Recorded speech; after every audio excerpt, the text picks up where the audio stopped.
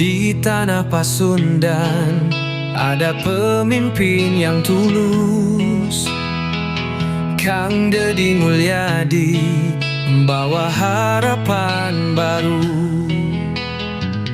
Dengan hati yang bersih, beliau memimpin dengan ikhlas, membangun Jawa Barat menjadi lebih baik. Kang Deddy Mulyadi, pemimpin yang dicintai. Beliau berjalan di tengah masyarakat, mendengar aspirasi dan menjawab kebutuhan dengan kebijakan yang tepat. Beliau memimpin dengan bijak, membuat Jawa Barat menjadi lebih maju.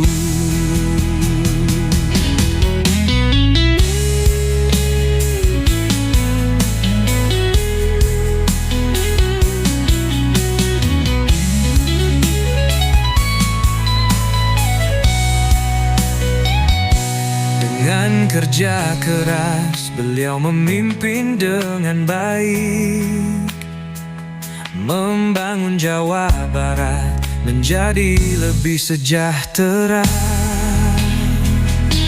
Kami percaya bahwa dengan kepemimpinanmu, Jawa Barat akan menjadi maju, sejahtera dan sentosa.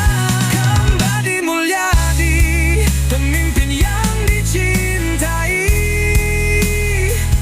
membawa perubahan untuk masyarakatnya, membangun Jawa Barat menjadi lebih sejahtera. Kami percaya bahwa dengan kepemimpinanmu,